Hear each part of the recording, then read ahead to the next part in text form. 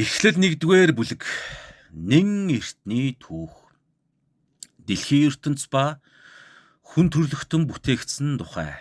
Дэлхийн ертөнц бүтээгдсэн нь. Эхэнд бурхан тэнгэр газрыг бүтээжээ. Газар дэлхийн хэлбэргүй агаад хоосон байх үед оёоргүйн дээр гүн харанхуй бүрхэж бурханы сүнс усны мандал дээгүүр илэн хальж байв. Бурхан гэрэл бий болог гэж айлтсанд гэрэл бий боллоо.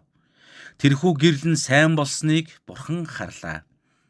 Тэгээд бурхан гэрэл харанхуй хоёрыг заагалжээ. Бурхан гэрлийг өдөр, харанхуйг шүн гэж нэрлэв. Үдэш болоод өглөө болов. Эхний өдөр ажээ. Бурхан усны дундаас окторгүй бий болж, усыг уснаас зааглаг гэж айлдав. Бурхан ийхүү окторгүйг бүтээгээд, окторгүйн дээрх усыг окторгүйн доорх уснаас заагалсанд ёсоор болов. Бурхан окторгүйг тэнгэр хэмээн нэрлэжээ. Үдэш болоод өглөө болов. 2 дахь өдөр ажээ. Бурхан тэнгэрийн доорх ус нэг дор хуралдан тогтож хуурай газар ил гарг гэж айлтсанд ёсоор болов. Бурхан хуурай газрыг их газар, харин хурсан их усыг далай гэж нэрлэжээ. Эдгээр нь сайн болсныг бурхан харлаа. Ингээд бурхан газар нь ургамал ногоо буюу үрт өвс ногоо, үрт жимсний моддыг төрөл төрлөөр нь хөрс шороон дээр ургуулг гэж айлтсанд ёсоор болов. Газар нь ийхүү ургамал ногоо буюу үрт өвс ногоог төрөл төрлөөр нь, үрт жимсний моддыг төрөл төрлөөр нь ургуулв. Эдгээр нь сайн болсныг бурхан харлаа. Үдэш болоод өглөө болов. 3 дахь өдөр ажээ. Бурхан өдөр ба шөнийг зааглахын тулд тэнгэр окторгүйд гэрэлтүүлэгчд бий болог. Тэдгээр нь дохио тэмдэг, тов хугацаа, өдөр хоног, он жилүүдийг зааж байг. Газар дэлхийг гэрэлтүүлэхийн тулд тэнгэр окторгүйд гэрэлтүүлэгчд бий болог хэмээн айлдсанд ёсоор болжээ. Бурхан 2 том гэрэлтүүлэгч буюу өдрийг захирах илүү том нэг гэрэлтүүлэгч, шөнийг захирах арай жижиг нэг гэрэлтүүлэгч бүтээв. Бас од ирхсийг бүтээлээ.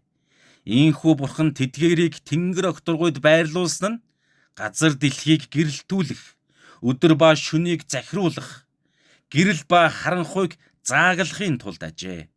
Эдгээр нь сайн болсныг бурхан харлаа. Үдэш болоод өглөө болов. 4 дахь өдөр ажээ. Бурхан амьд биетэн уснаа язгнан бужигнаж, жигүүртэн шууд газар дэлхий дээгүүр тэнгэр окторгүйн уудамд нисэг гэж айлдав. Бурхан ийхүү далай тэнгисийн авраг амьтад болон уснаа бужигнагч амьд бүхнийг төрөл төрлөөр нь бүтээв. Бас бүх жигүүртэн шууг төрөл төрлөөр нь бүтээв. Эдгээр нь сайн болсныг бурхан харлаа. Бурхан тэднийг өрөөж, үржиж олширн далай тэнгисийн усыг дүүрэг, тэрчлэн жигүүртэн шууд газар дэлхийд олшир хэмээн айлтлаа. Үдэш болоод өглөө болов. 5 дахь өдөр ажээ.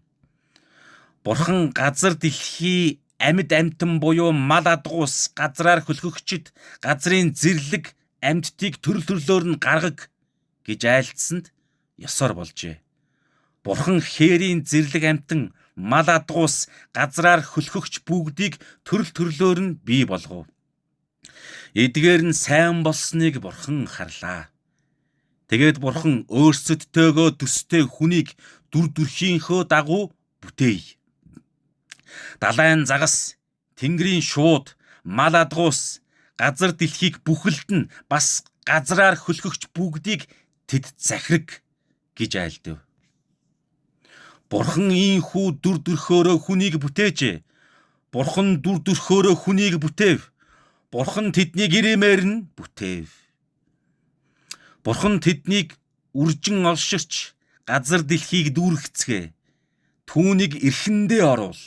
Далайн загас, тэнгэрийн шууд хийгээд газар дээр амьдардаг амьтаа бүхнийг захир хэмээн өрөөв. Бурхан үцдэгвэ. Газрын гадарга дээрх үрт өвс ногоо бүрийг, үрт жимсний мод бүрийг би та нарт өгье. Тэдгээр нь та нарын хоол хүнс болно. Газрын хамаг араатан амьтан, тэнгэрийн бүх шувуу, газраар хөлхөгч амьтай бүхэнд ургамал ногоо бүгдийг хоол хүнс болгож өгье гэсэнд ёсоор боллоо. Бурхан бүтээсэн бүхнээ харахад үлэмжийн сайн байлаа. Үдэш болоод өглөө болов. 6 дахь өдөр ажээ. Амен.